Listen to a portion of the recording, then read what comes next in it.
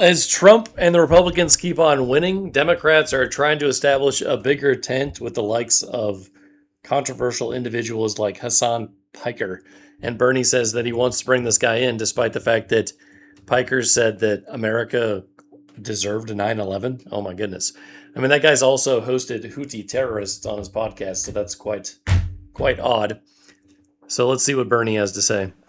To give you an example, one of the more controversial ones is that Piker has said America deserved 9/11. Are you comfortable with that association? No, I am not. I think that's a dumb statement. On the other hand, he has a whole lot of followers, and there's a lot of things that he's saying that are making sense to a lot of people. I think, we have to get above cancel culture. When you're doing radio, whatever they do, podcasts 3 hours a day, you say dumb things. I suspect if you go back over your career, there may be one or two things that you've said that you may have regretted. But I think what we have got to do is look at the totality of where people are coming from and go forward.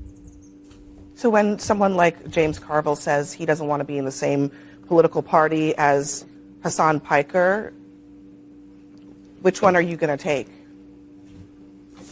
Well, that's not much of a choice. If Mr. Carville doesn't want to be in my party, the party that I belong to, that Piker, that El Sayed belongs to, he can start his own party. But I think we need a big tent, and I think people like Piker should be welcome into that, sir. That's absurd, but welcome to politics. This is the kind of nonsense that people espouse, and pushing that kind of nonsense, I think, is what's leading to the death of Europe. It says here, British news anchor cries over the state of Western Europe. I'm 42, and I know that that's it.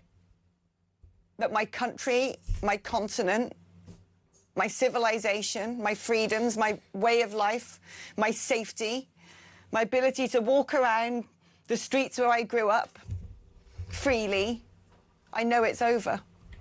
I know it's over because of what's going on and what's happening.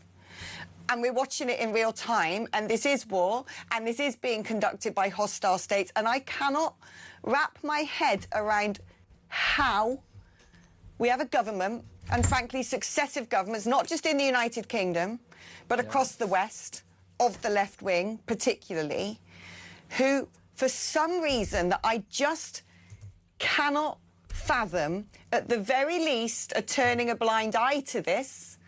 At worst, they're actually complicit. I don't know. What is going on? It is unbelievable. At least the right is looking forward, trying to become more successful, trying to lead the country into prosperity. Trump is trying to do that. I don't agree with everything that he says or does, but at least he's making the effort. A lot of these people are trying to ruin everything, trying to ruin institutions, trying to ruin Western culture, and I think that's unfortunate. It says here, my British friend who now lives here just returned from a trip to England. She said it's so bad she will never go back, even though her siblings live there.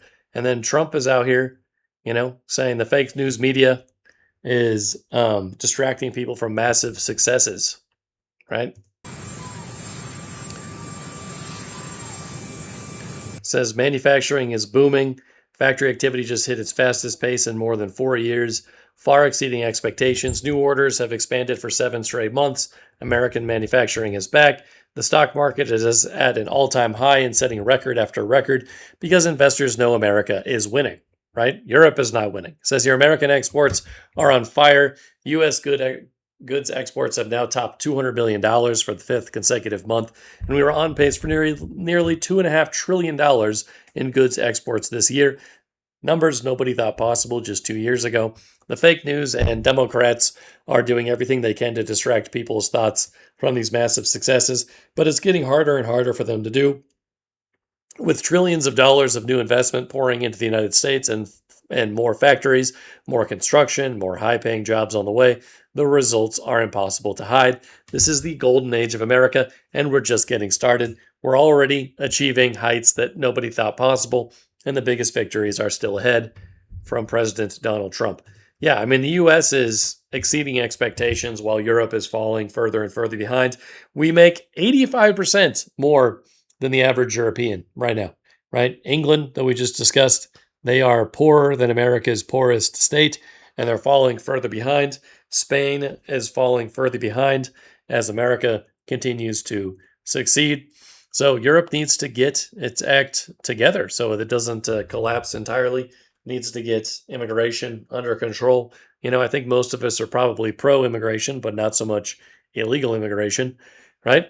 It has to be managed to some extent, right? And but unfortunately, there's just too many people that are more interested in destroying American institutions, destroying Western institutions, destroying American culture, Western culture, etc.